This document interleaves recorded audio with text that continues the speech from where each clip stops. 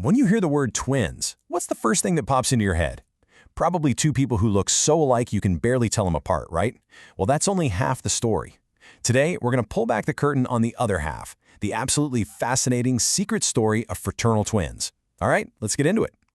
I mean, you've been there, right? Someone says, "Oh, meet my twin brother," but one has fiery red hair and the other is blonde. One's a basketball player, the other not so much. And you're just standing there thinking, wait, how is that even possible? Well, I promise you, it's not a glitch in the matrix. It's all biology. And it comes down to two totally different origin stories. So this is basically the fork in the road, where twins decide which path they're going to take. Over on the left, you've got your classic identical twin story, one egg, one sperm. And then, poof, the resulting zygote does a magic trick and splits in two. But look at the right side. That's a completely different playbook. We're talking two separate eggs fertilized by two separate sperm, making two unique individuals right from the get-go. And that's the story we're going to follow today. Okay, so here's our game plan. We'll kick things off by figuring out what really makes these twins different.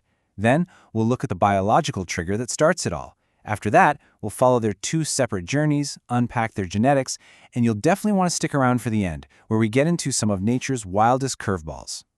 First things first, let's get the lingo down. The proper scientific name for fraternal twins is dizygotic. Now I know, it sounds like the name of a dinosaur or something, but it's actually super simple when you break it down. Di just means two, and zygote is the scientific name for a fertilized egg. So dizygotic literally just means two fertilized eggs. See? The whole story is right there in the name. All right, if you take away only one thing from this whole explainer, let it be this right here. Fraternal twins are siblings who just happen to have the same due date. That's it. Genetically speaking, they're just like any brother and sister. They just shared the same womb for 9 months at the same time. It's really that simple. But that raises a big question, doesn't it?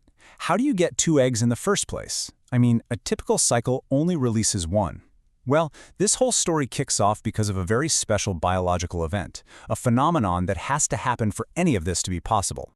And that event is called hyperovulation. It's pretty much what it sounds like, ovulation in overdrive. Instead of the usual one egg making its monthly journey, the ovaries decide to send out two. This is the absolute, non-negotiable starting point. No hyperovulation, no fraternal twins, period. So what actually causes this double release? Is it just random luck? Not really. There are a few key factors that can up the chances. First up is genetics. Yep, the so-called twin gene is a real thing. A woman's age also plays a big part, thanks to a hormone surge in her 30s. Even coming off birth control can cause a temporary rebound effect. And of course, some fertility treatments are literally designed to make this happen. Now let's dig into that genetics thing for a second, because this is so cool. The gene for hyperovulation is only passed down through the mother's side of the family. A guy can carry the gene and pass it on to his daughter, which might make it more likely for her to have twins one day, but it does absolutely nothing for his own chances of having twins. It's all about the biology of the person who's actually making the eggs. Okay, so we have two eggs. They've been released. What happens next? Well, this is where two completely parallel stories begin. Two separate journeys, from the fallopian tube all the way to the uterine wall. So, let's walk through it, step by step. First, the two eggs are released. Then they get fertilized by two completely different sperm cells, creating two unique zygotes. Each of these little guys then travels on its own and implants separately in the uterus. And because they're separate from the very beginning, they each build their own personal life support system. This setup, two separate placentas, two separate amniotic sacs, has another one of those fancy technical names. It's called dichorionic diamniotic. Basically, it just means each baby gets its own private room with its own plumbing. It's like they're in two separate apartments in the same building. Sometimes, if they implant really close together, the placentas can fuse and look like one, but biologically, they're still doing their own thing. And this whole separate development thing is absolutely key to understanding their relationship. They didn't start as one being that split into two. They started as two distinct individuals. And that has huge implications when it comes to their DNA. And here it is, the number that explains everything. 50%. On average, fraternal twins share about half of their genes. You know who else shares about 50% of their genes?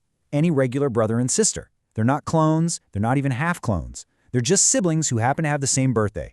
So what does sharing only 50% of your DNA actually mean in the real world? It means pretty much everything can be different. They can be a boy and a girl. They can look totally unlike, different hair, different eyes, different heights.